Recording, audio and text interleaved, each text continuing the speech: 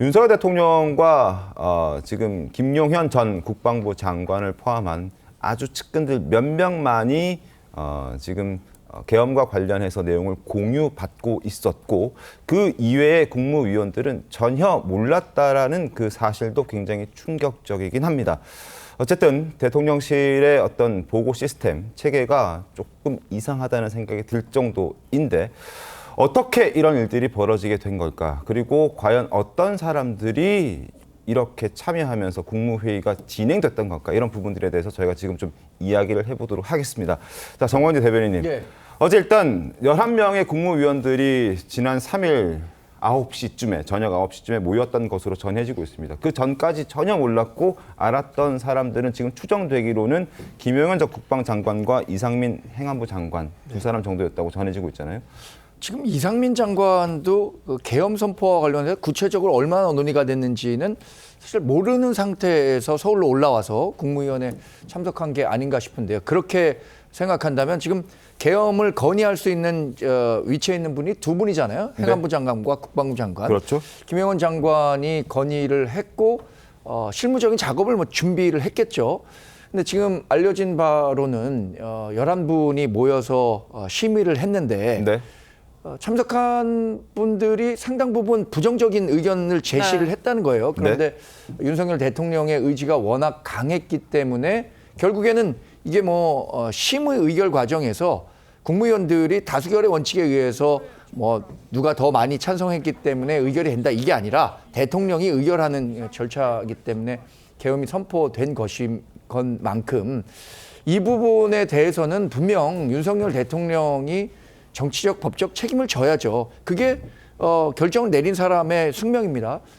그런 측면에서 오늘이라도 사실 윤석열 대통령이 계엄령 선포와 관련해서 본인이 갖고 있었던 그렇게 할 수밖에 없었던 부분에 대해서 국민께 소상히 설명을 드리고 소구력 있는 설득을 했다면 오히려 내일 있을지도 모를 탄핵 표결과 관련해서 우리 당에 지금 당론을 정했다고는 하지만 더 많은 소구력을 가질 수 있었을 것 같은데 좀 아쉽습니다. 저는.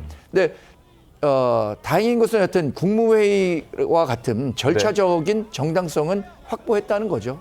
탄핵과 관련해서 이게 절차적으로 내란과 같은 혐의가 있기 때문에 탄핵이 돼야 된다라고 야당이 주장하지만 절차적 정당성만큼은 확보했던 거라고 생각합니다. 네, 알겠습니다.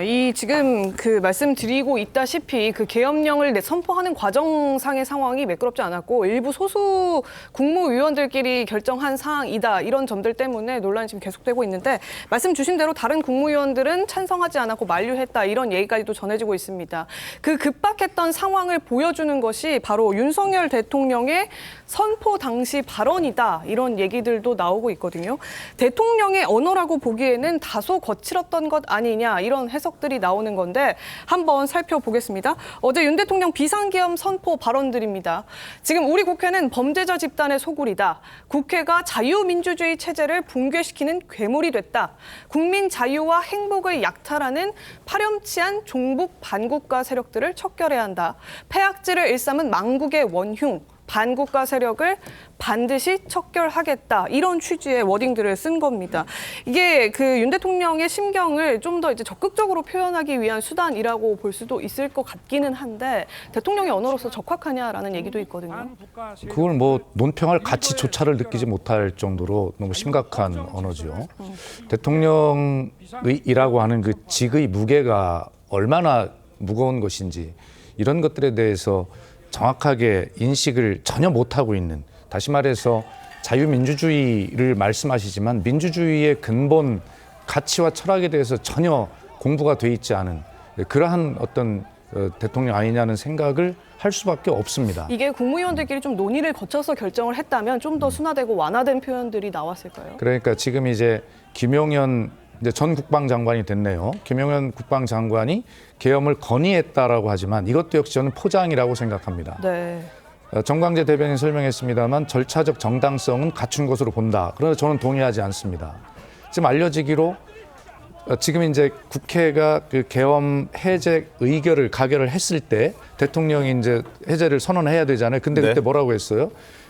국무회의가 의결 정족수가 차지 못해가지고 그걸 다시 나오면 하겠다. 그러면 아니 세상에 그 난리가 났는데 국회의원들이 그 집합을 안 한다고요? 근데 왜 안 했을까요? 생각해 보면 이미 계엄을 선포하기 전에 그 절차인 이 여기에 국무회의에 국무위원들이 동의하지 않았기 때문에 그걸 해제하는 이 국무회의 소집에도 갈 필요가 없는 거예요. 물론 네. 추정이십니다만. 추정입니다만 예. 그렇게 보는 거죠.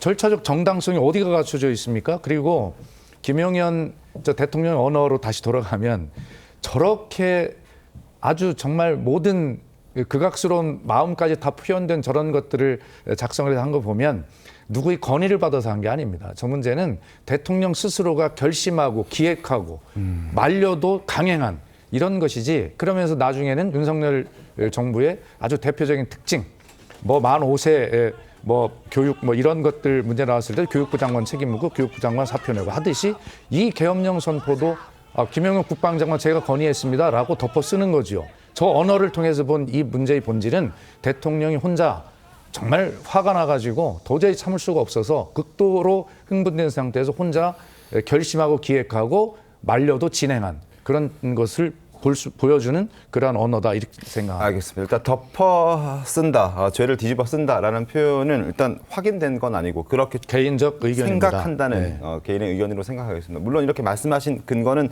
오늘 아침 여러 신문들이 관련해서 보도가 좀 있었기 때문에 저렇게 말씀하셨다라고 생각이 됩니다. 조선일보에서도 당시 상황을 좀 전해주면서 윤 대통령이 굉장한 흥분 상태였다라는 얘기도 전했고요. 그리고 그 뜻이 확고했다라는 그 참석했던 국무위원들의 전언을 보도한 기사들이 꽤 오늘 나오기도 했었습니다.